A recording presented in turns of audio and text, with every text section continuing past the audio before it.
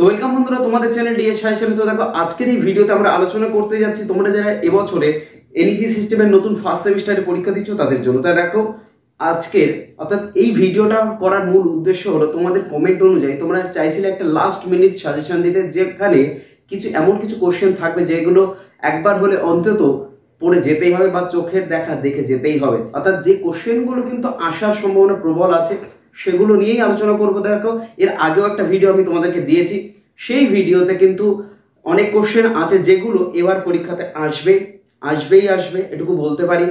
আর তোমরা যারা আগামীকাল পরীক্ষা দিয়েছিলে, অর্থাৎ আগামী দিন তোমরা যারা রাষ্ট্রবিজ্ঞান এবং ফিলোসফি পরীক্ষা দিয়েছিলে, সেখান থেকে তোমরা ফিলোসফিতে একদম 100তে 100 ভাগ কমন পেয়েছো। রাষ্ট্রবিজ্ঞানের ক্ষেত্রে হয়তো কিছু কিছু কোশ্চেন আসেনি, সেটা আমার ব্যর্থতা, কিন্তু তোমরা যারা ফিলোসফি পরীক্ষা দিয়েছো তারা কিন্তু অত্যন্ত খুশি।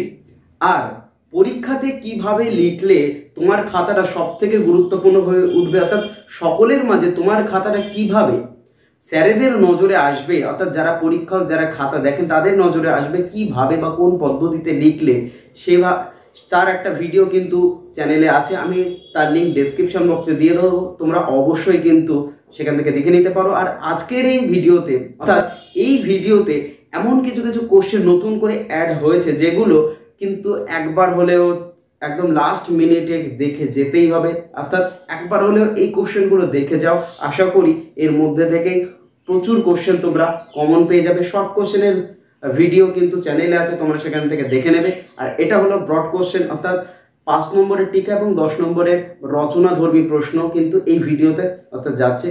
আর এই সাজেশনগুলো কিন্তু অত্যন্ত গুরুত্বপূর্ণ হতে চলেছে। আর অবশ্যই বন্ধুদেরকে কিন্তু দ্রুত শেয়ার করে দাও, কারণ তারাও সুযোগ পেয়ে যাক এই সাজেশনটা একবার দেখে যাওয়ার। তো দেখো এর আগের একটা ভিডিওতে কিন্তু সাজেশন করে দেওয়া আছে, তোমরা কিন্তু ওগুলো খুব মনোযোগ দিয়ে পড়ে যেও, আশা করি কোনো রকম অসুবিধা তোমাদের পরীক্ষাতে হবে না। তো দেখো কি সাজেশন আছে তোমাদের জন্য, একবার দেখে নাও। আর অবশ্যই চ্যানেলটিকে কিন্তু বন্ধুরা অবশ্যই সাবস্ক্রাইব করে রেখো, আর একটা করে অবশ্যই কিন্তু লাইক করে দিও।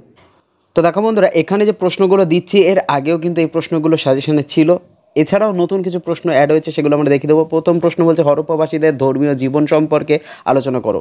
এরপর বলছে অষ্টাঙ্গিক মার্গ বলতে কী বোঝো। 3 নম্বর প্রশ্ন দেখো এখানে আদি কুষাণ শাসকদের সম্পর্কে লেখো। 4 নম্বর প্রশ্ন বলছে হরপ্পা সভ্যতার অধিবাসীদের জীবন সম্পর্কে আলোচনা করো। দেখো এখানে 5 নম্বর এবং 10 নম্বর কোশ্চেন মিলিয়ে মিশিয়ে আছে। আমি বরাবরের মতো আজকেও বলবো, তোমরা যদি এগুলো 10 নম্বর হিসেবে পড়ে যাও, আশা করি, যেহেতু উত্তর সবার সবটা মনে থাকে না, লিখতে লিখতে প্রচুর ছোট হয়ে যায়, তাই আমি বলবো যে 10 নম্বরে করে পড়া উচিত। কারণ হচ্ছে 5 নম্বরে দিলে তো কোনো টেনশনই থাকবে না, সবটা উত্তর পারবে তোমরা। এরপরে দেখছো 5 নম্বর প্রশ্ন বলছে প্রাচীন ভারতের ইতিহাস নির্ণয়ে লিপি ও মুদ্রার গুরুত্ব আলোচনা করো। 6 নম্বর প্রশ্ন বলছে বৈদিক যুগে বর্ণ ব্যবস্থার ওপর একটি সংক্ষিপ্ত টিকা লেখো।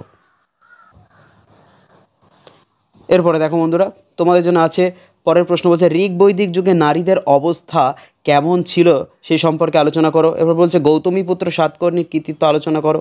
এরপরে প্রশ্ন দেখো বলছে খ্রিস্টপূর্ব 6ষ্ঠ শতকে মগধ কীভাবে উত্তর ভারতের রাজনীতিকে নিয়ন্ত্রণ করেছিল তা লেখো।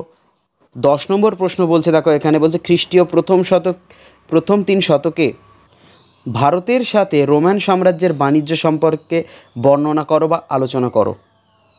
এরপরে প্রশ্ন দেখো বলছে প্রাচীন ভারতের ইতিহাসে সাহিত্যের উপাদানের গুরুত্ব কী, বা সাহিত্যের উপাদান হিসেবে বা প্রাচীন ভারতের ইতিহাসের উপাদান রূপে সাহিত্যের গুরুত্ব কী। পরের প্রশ্ন দেখো এখানে বলছে মৌর্য গুপ্তচর ব্যবস্থা সম্পর্কে একটি টিকা লেখো। এরপরে প্রশ্ন বলছে 13 নম্বর প্রশ্ন বলছে হরপ্পা সভ্যতার বিস্তৃতি আলোচনা করো। 14 নম্বর প্রশ্ন বলছে আর্যদের আদি বাসস্থান নির্ধারণ সংক্রান্ত সমস্যাটি পর্যালোচনা করো।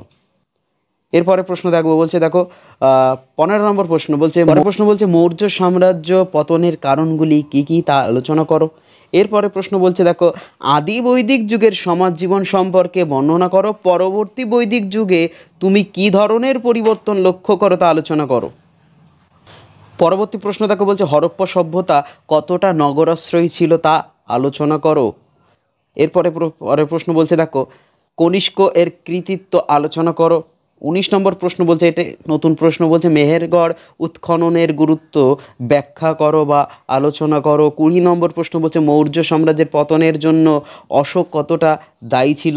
আর লাস্ট প্রশ্ন এখানে বলছে, অশোকের ধম্মের মূল নীতিগুলি কী তা আলোচনা করো। দেখো, এই 21টা কোশ্চেন পড়লে কিন্তু তোমরা ম্যাক্সিমাম কোশ্চেন কিন্তু কমন পেয়ে যাবে।